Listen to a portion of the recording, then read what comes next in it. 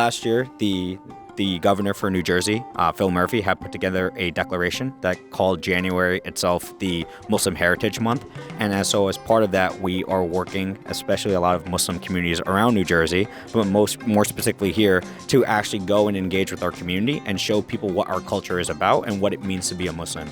So we have actually been able to partner up with the East Brunswick Library, as well as the EB clergy, with the rest of the religious faith groups here, as well as the Human Rights Council, to be able to engage in amazing conversations. So that way we can be able to celebrate in one of the largest minority groups that are now growing across New Jersey.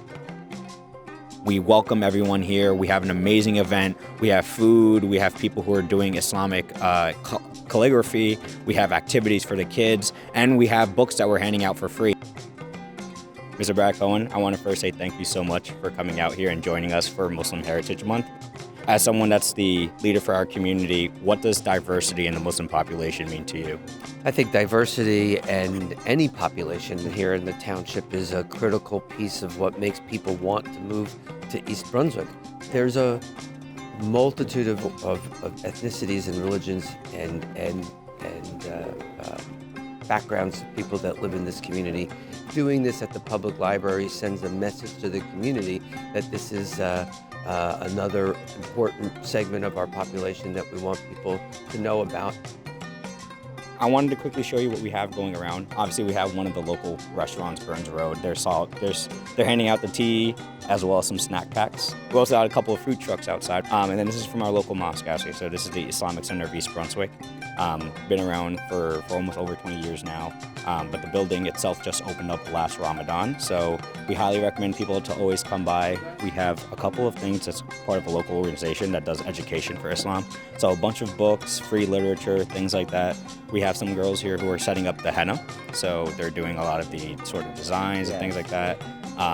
Usually it's a tradition for the women to always put those on. Over here we have some artwork. So obviously you probably have seen it. I'm sure you've seen it in our mosque. We have calligraphy everywhere. So that's a huge part of like the way that we go about just decorating and beautifying our places of worship. And so there's some nice merchandise and things like that. These are our local youth groups at the mosque. So they handle a lot of the youth activities for the young brothers especially. This is the Sisters Group. They're part of an organization called Young Muslims. And so they go out, they organize a lot of the activities for the young women in our mosque, in our community.